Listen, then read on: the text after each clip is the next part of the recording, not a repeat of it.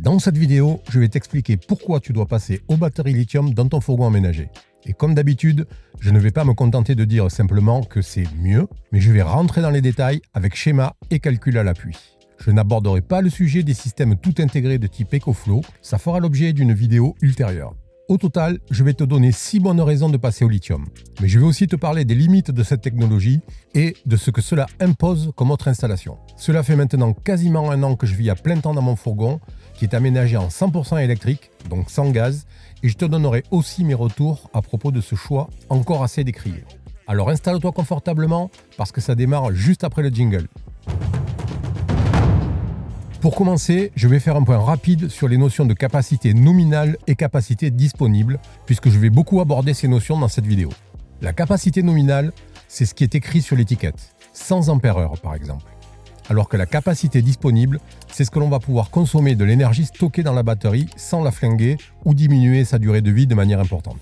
En gros, la capacité nominale, c'est le pays des bisounours. Et la capacité disponible, c'est la vraie vie dans nos fourgons. Ça change absolument tout sur la manière dont on doit aborder le choix d'une technologie. On va maintenant rentrer rapidement dans le vif du sujet et commencer par la première des 6 raisons pour lesquelles tu dois passer rapidement aux batteries lithium.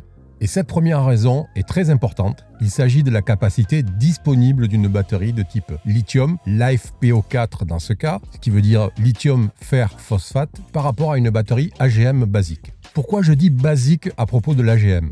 Tout simplement parce que les batteries AGM haut de gamme sont désormais souvent plus chères que les lithium et que, sauf situation très particulière, la question ne devrait pas se poser de choisir entre les deux, même si ces batteries AGM haut de gamme sont plus performantes que les AGM basiques. Comparer la capacité de 2 batteries de 100 ampères-heure, ça peut paraître étrange. Et j'imagine que certains d'entre vous doivent se dire « Olivier, il divague, parce qu'une batterie de 100 ampères-heure, qu'elle soit AGM ou LiFePO, sa capacité c'est 100 ampères-heure. » Si on parle de capacité nominale, c'est bien sûr le cas, mais si on parle de capacité disponible, tu vas le voir, ce n'est absolument pas du tout la même chose. Une batterie AGM basique va pouvoir être déchargée entre 50% et 60% de sa capacité nominale si on ne veut pas la flinguer. Au-delà, sa durée de vie va radicalement se réduire.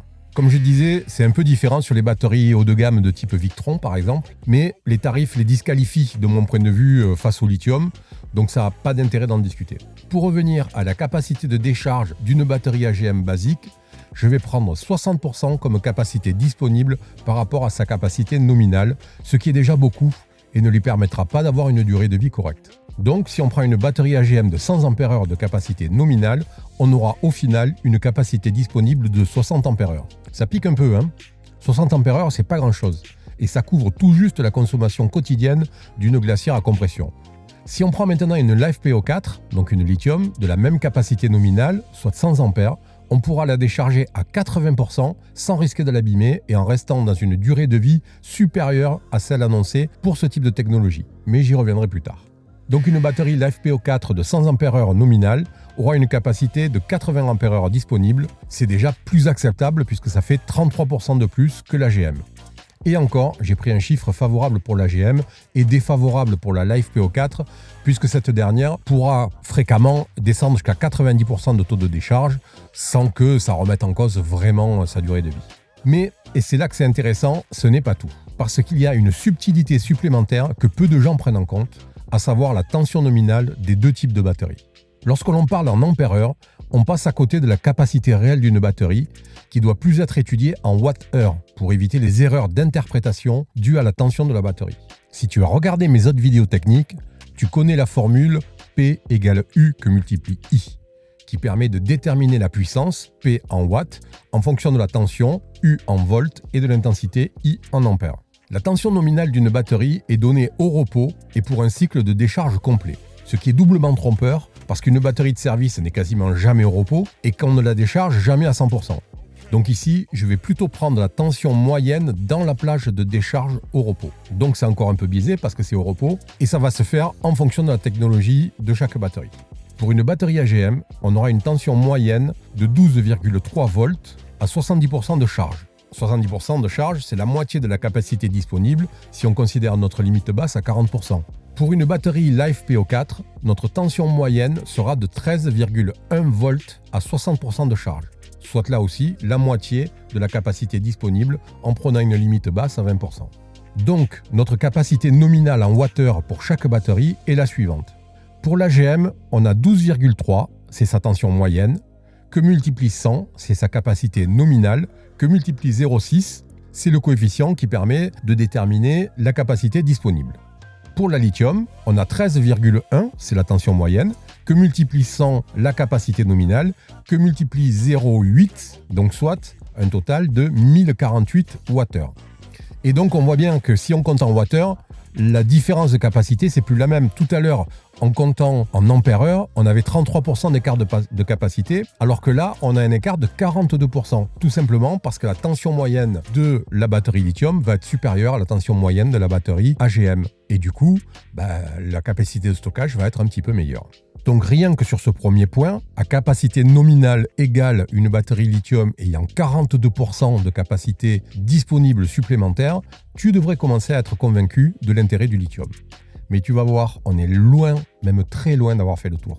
La seconde raison, et c'est de mon point de vue la plus importante, c'est le poids. On a tendance à dire que, à capacité égale, une batterie LiFePO4 est moitié moins lourde qu'une AGM. Mais là encore, c'est plus que ça si on raisonne en capacité disponible, et donc si on se place dans la vraie vie et pas dans le monde des bisounours. Et pour voir ce qu'il en est réellement, on va calculer combien de watts-heure de stockage on a par kilo dans chaque technologie. Ça semble être une donnée qui est assez simple et qui va permettre de rapidement voir à quoi on a affaire. Et pour ça, la règle de 3 va être notre meilleur ami. Alors on commence par l'AGM. Une batterie de 100 ampères-heure nominale en AGM, le poids moyen, ça va tourner autour de 25 kg à peu près. Ça peut être parfois moins, ça peut être souvent un peu plus, mais on va arrondir à 25 kg. Donc on a vu plus haut, on a 728 wattheures de capacité disponible dans une AGM. On va diviser ça par 25 kg, ce qui va nous faire une capacité disponible par kilo de 29,12 wattheures. Pour la LiFePO4, on va prendre un poids moyen de 12,5 pour une 100 ampères nominale aussi. Bon, là encore, on trouvera plus lourd ou un petit peu moins lourd. Ça va dépendre surtout de la boîte dans laquelle les cellules sont posées et puis du BMS, parce qu'il y a des BMS qui peuvent être bien plus lourds. Je reparlerai du BMS plus tard. Donc là, on a vu plus haut, on a 1048 wattheures de capacité réelle pour une lithium. Si on divise par 12,5 kg, ça nous fait 83,84 wattheures par kilo. 29,12 d'un côté, 83,84 de l'autre. Est-ce que j'ai vraiment besoin d'aller plus loin ? La batterie lithium explose littéralement l'AGM puisque sa capacité disponible est presque 3 fois supérieure à capacité nominale équivalente. Et quand on connaît les problèmes de surcharge récurrents de nos véhicules de loisirs, c'est une donnée majeure à prendre en compte. Parce que soit tu n'es pas en surcharge et tu vas pouvoir augmenter drastiquement ta capacité de stockage à poids égal, soit tu es en surcharge et tu vas pouvoir maintenir une capacité de stockage équivalente en divisant le poids de ta batterie quasiment par 3. Tu vois quand même que l'intérêt est très très loin d'être négligeable. Donc on voit capacité de stockage 42% supérieure et poids 3 fois inférieur. On pourrait quasiment s'arrêter là, la messe est dite. Mais on va quand même aller plus loin parce qu'il y a d'autres données qui sont très très importantes. Et la troisième raison dont je vais te parler maintenant, c'est la durée de vie. Pour une batterie, on ne parle pas en unité de temps, mais en cycle de charge-recharge complet. Et on va voir là aussi qu'il y a un biais qui se cache dans les chiffres que l'on voit habituellement. En règle générale, le chiffre de 500 cycles est le plus souvent annoncé par les fabricants de batteries AGM pour leur durée de vie. Et ça, attention, c'est vraiment si on ne descend que très rarement en dessous des 50% de charge. Pour les lithium, les LiFePO4 donc, si on reste au-dessus de 20% de charge, on dépassera allègrement les 3000 cycles. Oui, on parle bien d'une durée de vie théorique 6 fois supérieure. Mais là encore, c'est si on se contente uniquement de prendre les données du monde des bisounours. Parce que, rappelle-toi, dans la vraie vie, une batterie LiFePO4 a une capacité disponible 42% supérieure à une AGM. Ça veut dire qu'à capacité nominale égale, tu devras la recharger en nombre de cycles 42% de moins qu'une AGM pour avoir au final une disponibilité égale. Pour te donner un exemple simple, si ta consommation hebdomadaire est de 2 kW par exemple, forcément tu chargeras ta batterie lithium moins souvent que l'AGM parce qu'elle aura une capacité disponible supérieure. Et du coup, j'imagine que tu vois où je veux en venir. Parce qu'en réalité, une batterie LiFePO4 aura une durée de vie en nombre de cycles plus de 8 fois supérieure à une AGM de capacité équivalente. Pourquoi 8 fois ? On a vu 42% de plus de capacité, 6 fois plus de durée de vie en nombre de cycles, tu es à 8 fois plus. Bon, n'en jetez plus, la coupe est pleine et l'AGM est au bord du suicide. Mais je vais encore un petit peu continuer parce qu'il y a un élément dont on n'a absolument pas parlé encore et qui pourtant est majeur dans le choix d'une batterie, forcément, c'est le prix.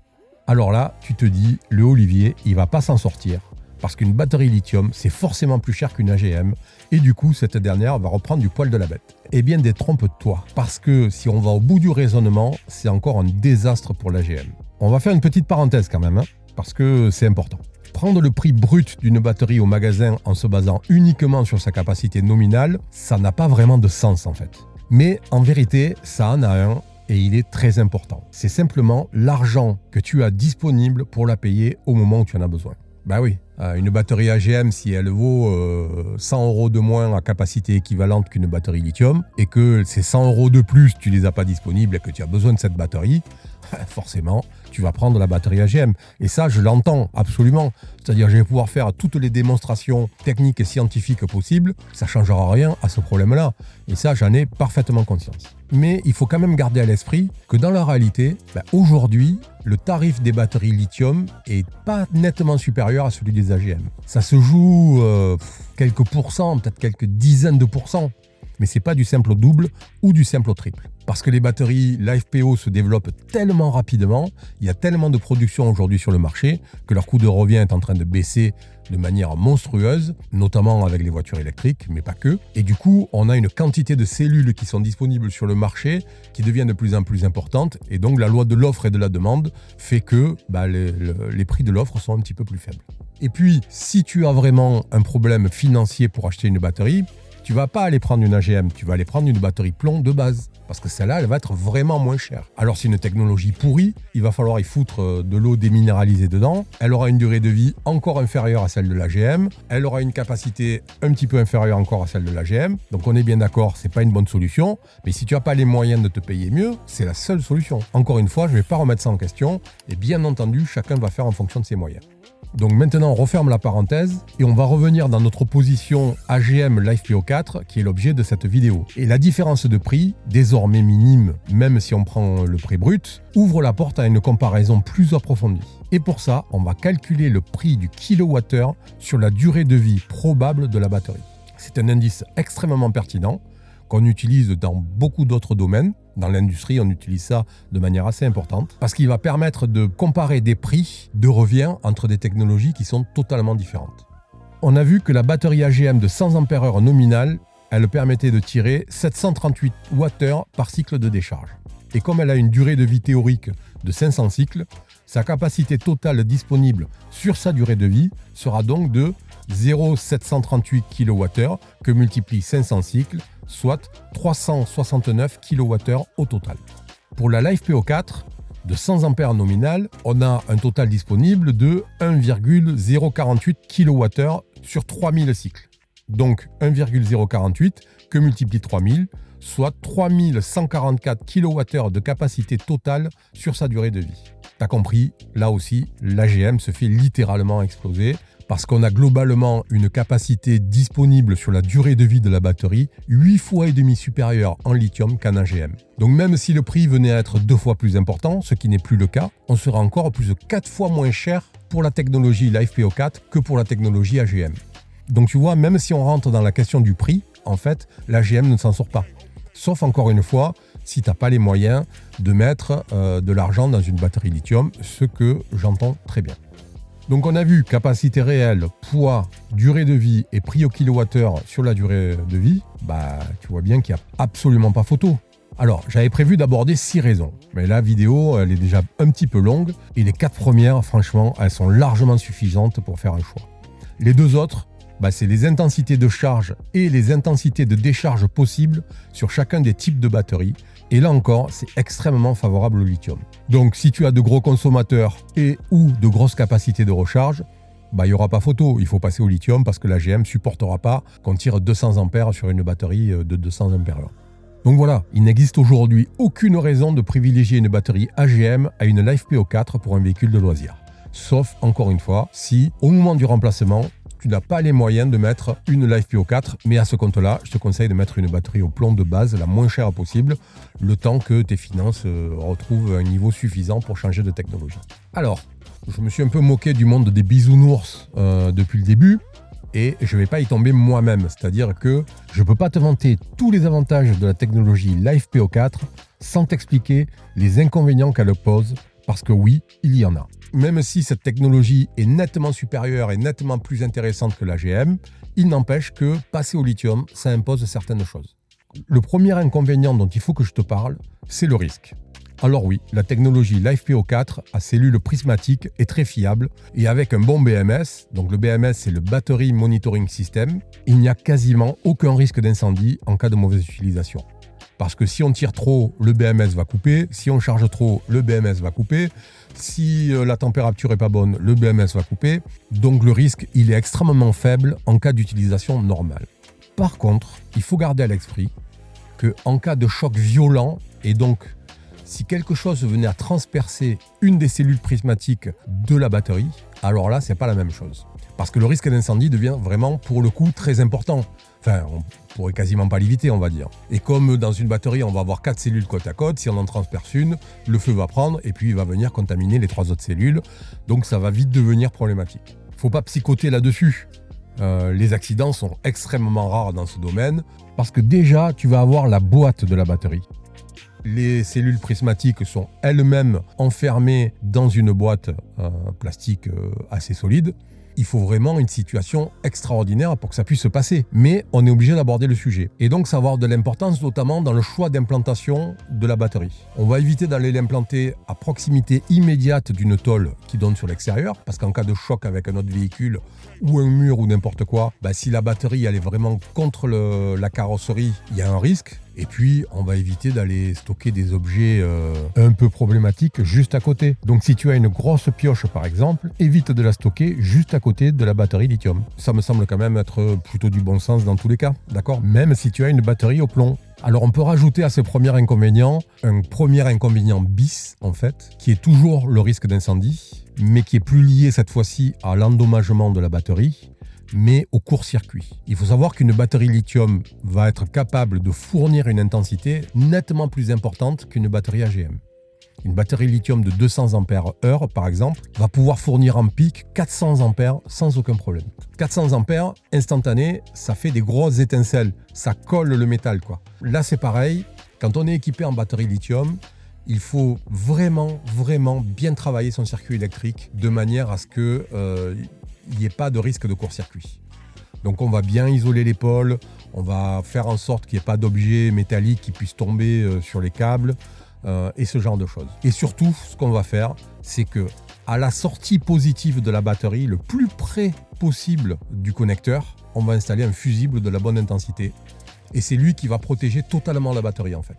Dès qu'il va se passer un truc, le BMS est là pour protéger, mais le BMS, il va avoir un petit temps d'analyse de la situation. Et puis, il peut se griller. C'est-à-dire, si on a vraiment une grosse intensité, le BMS, il peut littéralement cramer. Le second inconvénient, dont on parle rarement, c'est le froid. Alors attention, il faut tempérer un tout petit peu le propos. Ouais, je sais, je suis en forme. Tempérer, froid... Te fous pas de ma gueule, hein. Une LiFePO4 maintiendra une meilleure capacité de décharge qu'une AGM dans le froid. Fais un essai à moins 25 degrés, ta LiFePO4, elle te fournira de l'énergie. Alors qu'une AGM en batterie de démarrage, tu verras, elle ne te fera pas démarrer ton moteur. Donc, il ne s'agit pas de décharge dont je parle là. Il s'agit de charge. Une AGM à moins de 10, tu vas pouvoir la charger. Une LiFePO4 en dessous de 0, tu ne peux pas la charger. Si ton BMS est de bonne qualité, il va l'empêcher. Et si jamais ton BMS ne bloque pas la charge, je ne saurais que trop te conseiller de ne pas tenter de la charger, parce que si tu le fais, tu vas littéralement la flinguer. Donc une batterie lithium, ça ne se recharge pas en dessous de 0 degré. Donc là aussi, en termes d'aménagement, ça demande de prendre en compte l'implantation de la batterie. Moi par exemple dans mon cas, j'ai prévu une bouche de chauffage dans le local technique électrique de manière à maintenir mes batteries toujours à une température ambiante correcte. Moi en l'occurrence, ça descend jamais en dessous de 12 degrés parce que l'intérieur de mon fourgon ne descend jamais en dessous de ça. Mais comme mon local électrique n'est pas très grand, finalement quand le chauffage tourne 10 minutes, ça monte vite à 21-22 degrés dans le local technique. Donc voilà. Alors, le troisième inconvénient, c'est que tu ne pourras pas recharger une LiFePO4 sur l'alternateur avec un simple coupleur séparateur. Tu sais, les fameux Syrix. Il te faudra absolument un chargeur booster, comme un Orion ou autre, et c'est forcément plus cher à l'achat. Ce qui limite d'ailleurs un peu la différence de prix qu'on a vu précédemment, même si ça n'annule pas l'avantage de prix. Alors, pourquoi tu ne vas pas pouvoir faire ça ? Tout simplement parce que une batterie LiFePO4, elle va prendre quasiment tout le jus qui est sur ta ligne. C'est-à-dire que si tu as un alternateur de 130 A, ta batterie lithium, elle va bouffer les 130 A. Elle va avoir la capacité de le faire. Alors, c'est pas bon pour elle, mais elle va avoir la capacité de le faire. Alors, le BMS va tempérer, c'est-à-dire si c'est une 100 Ah, il va limiter à 50 A, à 0,5C. Mais si tu as un gros parc comme le mien, j'ai 600 Ah de batterie lithium, t'imagines bien que moi, mes BMS, ils permettent de taper 300 ampères instantanés à la recharge. Donc si je branche en direct sur mon alternateur, je le fonds dans les 5 minutes, quoi. Donc pour éviter ça, on va utiliser un chargeur booster qui lui va fonctionner un petit peu comme un chargeur solaire en fait. Il va déterminer une capacité de recharge, 30 ampères admettons, et il va fournir 30 ampères, point barre. Et en plus dans les alternateurs modernes, il va être capable de faire en sorte que l'alternateur continue à charger même lorsque la batterie de démarrage est pleine, alors que les alternateurs modernes sont faits pour débrayer à ce moment-là, et c'est le cas dans les moteurs Euro 5 ou Euro 6. Alors, il reste encore un dernier inconvénient, mais cette fois-ci, il n'est pas lié à la batterie en elle-même, mais plutôt à nos biais d'être humain. En fait, c'est que plus on a de quelque chose, et plus on en veut. C'est comme ça, on est câblé comme ça. Et donc, accéder à une batterie lithium va inexorablement faire augmenter ta consommation. Et in fine, tu vas augmenter les capacités de stockage et de production. Parce que, encore une fois, on est comme ça, on est câblé comme ça, on est des animaux accumulateurs. Ça vient tout simplement de nos origines humaines anciennes, mais il faut le prendre en compte. Quand on a de la capacité comme ça, c'est tellement confortable, on y trouve tellement d'avantages qu'on se dit « Ah ben tiens, j'ai 200 ampères de batterie lithium, pourquoi je ne passerai pas à 400 ?» Puis si je passe à 400, ça veut dire qu'il faut que je mette plus de panneaux solaires, il faut que je mette un deuxième Orion pour charger quand je roule. Enfin, tu vois, tout va de concert. Donc ça, attention, c'est un écueil qu'il faut absolument prendre en compte. Si tu es comme moi et que tu vis dans ton van, c'est un petit peu différent parce que c'est une question de confort et de besoin. 95% des autres personnes qui sont dans des vannes pour juste faire un road trip ou un truc comme ça n'ont absolument pas besoin de ce que j'ai. Ce qui ne veut pas dire que c'est trop pour moi. Ça veut dire juste que moi, j'ai des besoins qui ne sont pas du tout les mêmes que les autres. Voilà, tout simplement. Bon, je pense avoir été assez exhaustif sur cette comparaison de ces deux types de batteries. Et pour vivre depuis quasiment un an dans un fourgon aménagé en 100% électrique, je peux t'assurer que le confort de vie est incomparable. Plus besoin de se soucier des réserves de gaz, des raccords pour recharger ou encore des normes locales quand on est à l'étranger. Et en termes de coût, là aussi, à plus de 40 € la bouteille de 13 kg, la question peut se poser. Par contre, ça demande un système bien dimensionné pour son programme. Et si tu veux voir comment j'ai procédé, c'est dans cette vidéo. Allez, à la semaine prochaine. Ciao!